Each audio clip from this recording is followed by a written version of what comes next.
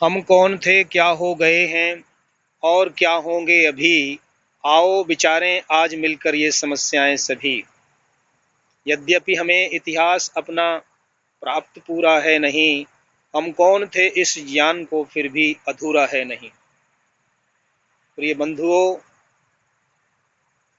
आज हमारा भारतीय मानव समाज, हिंदुस्तानी भारतीय सत्य सनातन वैदिक संस्कृति को मानने वाला समाज दिग्भ्रमित है, क्योंकि वो अपने इतिहास को नहीं जानता है, अपने गौरव पूर्ण अतीत को नहीं पहचानता है। आज अशिक्षा अविद्या के कारण से ये स्थिति हो गई है कि समाज में 80-90% लोग अपने सच्चे गौरव इतिहास को नहीं पढ़ते, नहीं जानते। विदेशियों की गुलामी की अवस्था में हमने उन बातों को इतिहास मान लिया जिनमें कि हमारे पूर्वजों को गडरिया बताया, भेड़ बकरी चराने वाले, अनपढ़, अज्ञानी, अशिक्षित, डाकू, चोर, लुटेरे, बदमाश कहा। ऐसे लोगों की बात मान करके आज हमने उनके प्रति विद्वेषहीन भावना पैदा करके और अपने ही पैरों में कुल्हाड़ी मारी है। अर्थात हमने वास्तव में अपने इतिहास, संस्कृति और गौरव गाथा को पहचाना ही नहीं। हमने अपने स्वरूप को धूमिल कर लिया है। हमने अपने अंदर अनेक प्रकार की जातियां, वर्ण, संप्रदाय, अनेक प्रकार के मतभेद पैदा कर लिए हैं।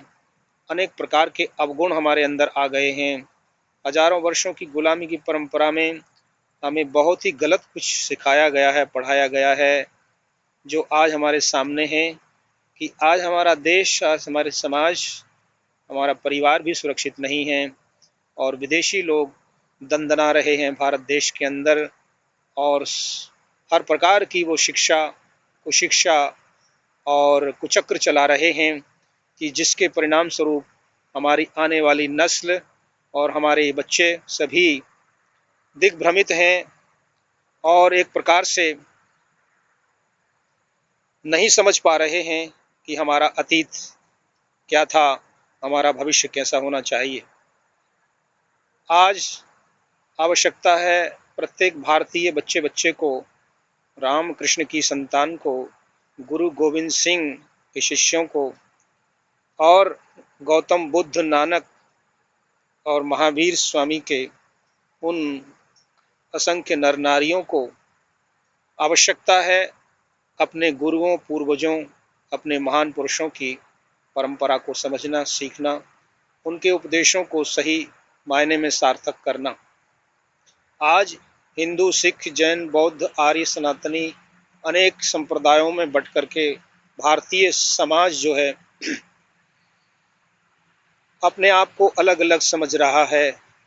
परंतु यदि हम विचार करें और इतिहास को पढ़ें और अपने महान पुरुषों के चरित्र को पढ़ें और भारत भूमि को देखें, भारत भूमि के तीर्थों का भ्रमण करें, भारत भूमि में बुद्धिजीवी, ऋषि मुनियों, विद्वानों के संग करें और उनकी सेवा से, उनके ज्ञान से और वेदादि शास्त्रों और ग्रंथों के द्वारा, महाभारत जैसे इतिहास, रामायण जैसी कथानकों के द्वारा हम अपना गौरव अतीत जान सकते हैं और भविष्य की नींव सुदृढ़ कर सकते हैं। इसके लिए आवश्यकता है एकात्मता, समरसता की भावना होना चाहिए और हमें पहचानना है कि हमारा शत्रु कौन है। हमारा अपना बुरा विचार, हमारा अपना अज्ञान, हमारी अविद्या, हमारी अज्ञानता ही हमारा सबसे पहला शत्रु है। और दूसरा वो जिन्होंने हमें अविद्या और अज्ञान में रखा है, दूसरा वो हमारा शत्रु है। चाहे वो कोई पार्टी हो, चाहे वो कोई विदेशी मानसिकता से ग्रस्त लोगों का समुदाय हो, वो सब हमारे शत्रु हैं जिन्होंने हमें गुमराह किया है और हमारे बच्चों को अनाथ किया है, अज्ञानी और अशिक्षित बनाया है। आज हमें हजारों प्रकार की जातियों में बांट करके जिन लोगों ने अपनी राजनीतिक रोटियां सेंकी हैं और जो आज जातिवाद और प्रांतवाद के नाम पर कलंक बने हुए हैं, देश को गुमराह कर रहे हैं, देश की संपत्ति को खा रहे हैं और कुर्सी पर बैठ कर के देशद्रोहियों के गुण गा रहे हैं और देशद्रोहियों के साथ मिल कर के और सत्ता चला रहे हैं। और इस देश के बाशिंदे सनातन संस्कृति को मानने वाले लोगों को दिग्भ्रमित कर रहे हैं, दुखी कर रहे हैं और सता रहे हैं। ऐसे सब उन लोगों को जो छद्म भारतीय हैं, छद्म नाम धारण किए हुए हैं, वो सब हमारे शत्रु हैं। वो सब भारत देश के रसातल में ले जा रहे हैं। भारत देश के पतन का कारण ऐसे ही लोग थे। कहते हैं कि गोरे अंग्रेज चले गए, काले अंग्रेज बैठे हुए हैं। लालू मुलायम जैसे ऐसे असंख्यों नेता हैं जो अनपढ़ होते हुए भी और सारी भारत देश को, सारी जनता को, सारे समाज को भी अनपढ़ मूर्ख रखना चाहते हैं। किसी भी प्रकार के उन्नति की बात से कतराते हैं और विदेशी हमलावरों की संतान या कहिए कि जो विधर्मी हैं उनके साथ हाथ मिला करके और अपनी कुर्सी बचाते रहते हैं और उनके लिए तुष्टीकरण की नीति अपना करके इस भारत देश को सदा सदा के लिए गुलाम करने का कुचक्र षड्यंत्र रच रहे हैं। ऐसे सब लोगों के प्रति आज हिंदू समाज के बच्चे बच्चे को जागृत होना है। आज एक ऐसा समय है कि जो पहले कभी नहीं आया।